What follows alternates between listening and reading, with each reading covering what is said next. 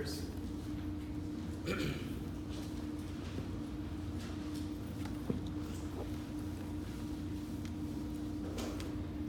Y'all good?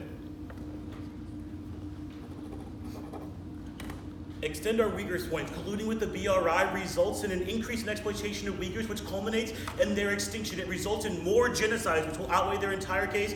We'll get there later, the line by line. They say abuse happens now, but our evidence from Ma is specific. It says that the internment camps ramped up after the BRI. So, of course, there has always been suppression of Uyghurs, but there has not been internment and genocide, which is our terminal impact. The second is that they drop what Noah said in cross-sex, that it's scalar. We simply increase the amount of abuse that happens. The BRI collapsing would be a good thing. They say that trade doesn't stop in the region. However, we actually increase the pressure for them to reduce the Uyghur internment. Whenever the BRI collapses, they can see that countries in the Middle East, as well as Pakistan and other countries, do not pressure China over the Uyghurs because of the leverage that the BRI gives them, which means that even if there's still some trade, that's irrelevant to whether or not the BRI uniquely reduces the amount of leverage other countries have. They say the EU gets leverage, but their entire case is premised on an increase in Chinese economic growth to be independent from other countries, so it's contradictory. China has to get leverage first in their world. The EU doesn't get leverage. Two, they don't even read a card that says that the European Union wants to solve Uyghurs. No reason why. That's the thing they're going to be pushing for. All the real evidence on the debate says they'll be pushing for things that will benefit European Union economies, not the Uyghur people.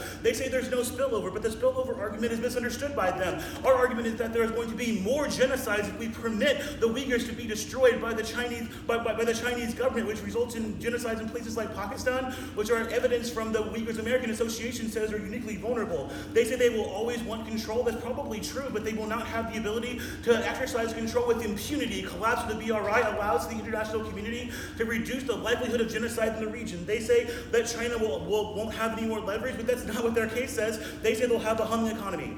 Now let's go on to our, on the climate change point. I'll answer the turn. They say biomass, but the first is contradictory because if they're still exporting coal, then they're not exporting green technology. And secondarily, coal is a much larger link because a small number of countries use biomass. And third, our direct evidence says that BRI countries still account for 50% of emissions, which means it totally outweighs the idea of biomass. Now we'll go on to their case.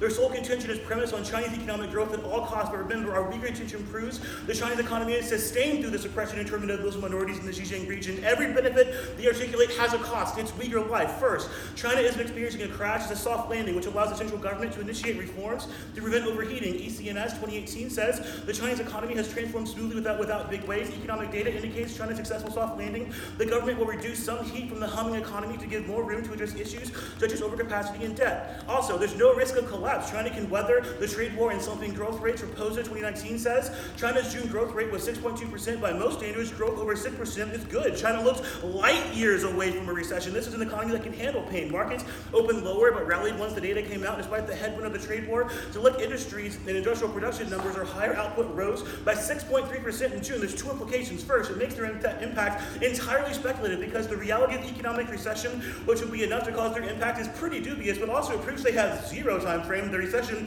is, quote, light years away. Neo and Nile will be my age before they sniff any of their impacts. Now, we'll go to BRI collapse. We can see the BRI collapses. That's the internal link to all of our impacts, which means that we don't have to win that. Now, on the Chinese economy is key to the global economy. Their evidence assumes that slowing growth rates will reduce Chinese commodity imports, but they're up in the first quarter. Hellenic Shipping News in 2019 argues that China imported more major commodities in the first half of this year. The country's total foreign trade volume rose 3.9%. In turn, in the long term, it's actually better for developing countries to diversify their economies away from purely commodity exports to China. Long term, the impact is inevitable because China cannot sustain 10% growth in perpetuity. Furman in 2017 writes that new technologies have led to steep declines in transport and communication costs, have created enormous opportunities for developing countries to export services. Expansion into these fields broadens domestic production. This is growth that enhances long-term productivity and poverty reduction. During commodity booms, resource-dependent countries find it difficult to implement policy reforms. High quantity prices lead to appreciated exchange rates.